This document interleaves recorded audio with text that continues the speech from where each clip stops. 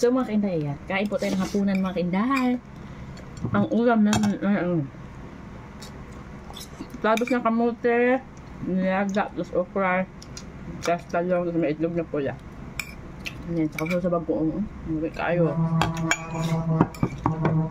So ito yung simple naming ulam ngayong gabi mga kainday. So ang oras natin 5:30 pa ba? Magsi-6 na. So maaga kami naghapunan. Maaga kami naghapunan ngayon. Di ba hindi maayos yung camera ko ayan. Maaga kami naghapunan ngayon mga kainday.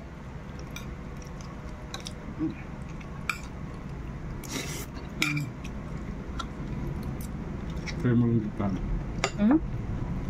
Try mo rin dyan, sarap. So dalawa kasi yung sausawan namin. Alamang at saka bagoong alamang, tapos bagoong isda. Bagoong isda, alamang. Ito bagoong isda. So try natin dito sa bagoong na alamang. Parang maanghangan. hindi.